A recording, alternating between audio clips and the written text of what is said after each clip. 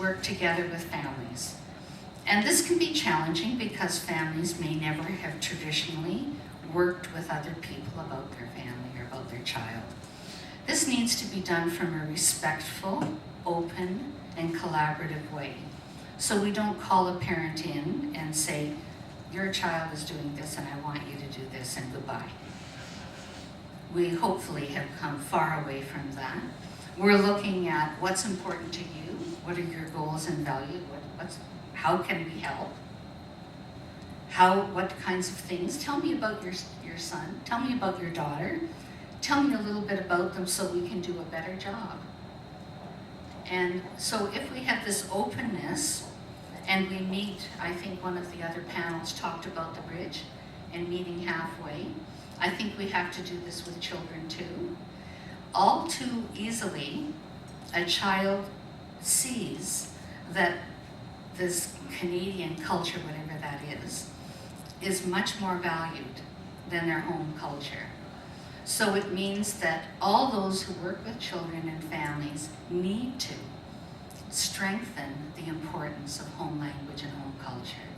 Talk about all those wonderful stories that your grandmother told you, or those great books if you have them, or those funny little games, or those nursery rhymes, whatever it is that holds your culture, family history, anything like that that helps a child feel connected in a different way.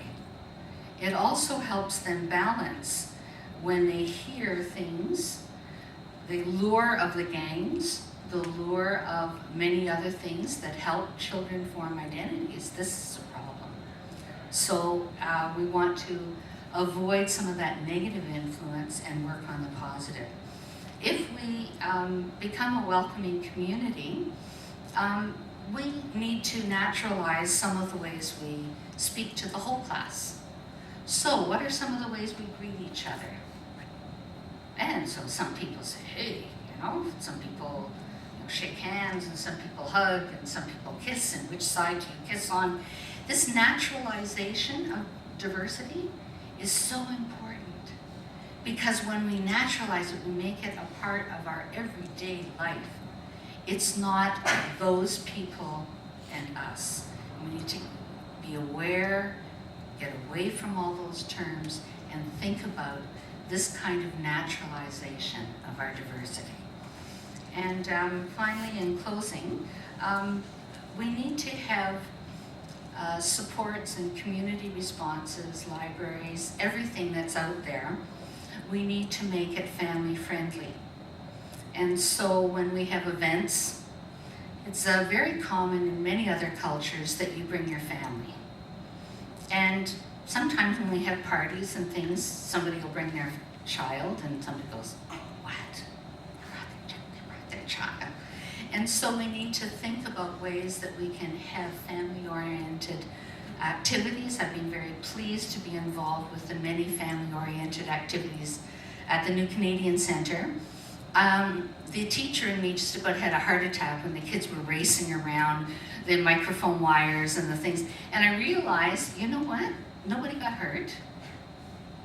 And maybe I could just learn to relax a little bit about that.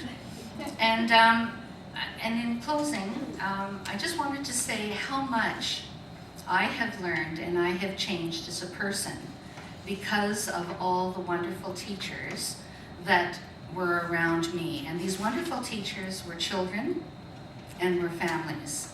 And that has made me and helped define me and helped nurture me to do some of my research and to share some of my knowledge. So thank you very much.